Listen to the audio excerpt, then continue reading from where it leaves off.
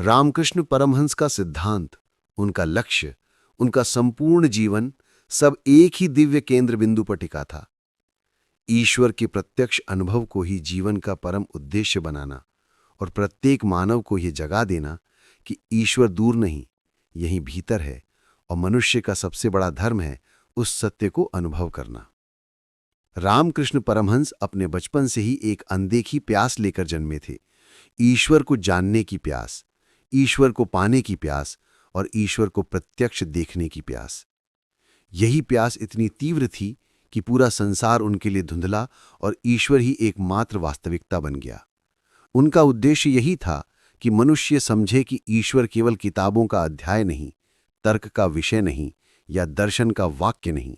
ईश्वर अनुभव है, स्पर्श है, प्रेम है, आनंद है और उसी आनंद को अनुभव करने के लिए मानव जन्म मिला है। परमहंस का उद्देश्य ये था कि मनुष्य जाति धर्म की दीवारों से ऊपर उठकर उस मूल सत्य को पकड़े जहां कोई हिंदू, मुसलमान, ईसाई, ब्राह्मण, शूद्र नहीं, केवल साधक है, केवल प्रेम है, केवल वही एक परम चेतना है। वे हर पथ को सत्य तक पहुंचने वाला मार्ग कहते थे, क्योंकि उनके जीवन का उद्देश्य यही था कि धर्म के झगड़ों को मिटाकर धर्म के सार को प्रकट किया जाए।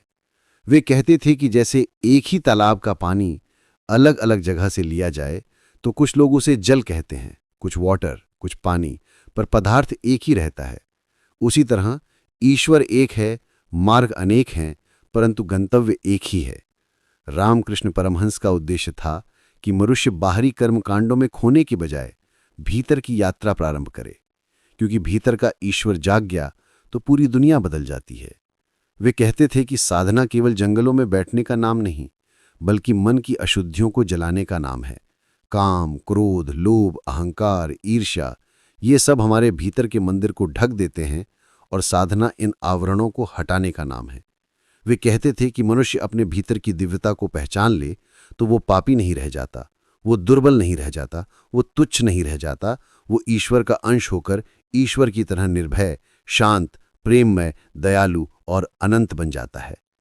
रामकृष्ण परमहंस का उद्देश्य था, ईश्वर को जानो, फिर दुनिया की सेवा करो, क्योंकि उनके अनुसार सेवा वही कर सकता है जो भीतर से भर चुका हो, जो भीतर से दैवीय हो, जो भीतर से प्रेम का स्रोत बन चुका हो।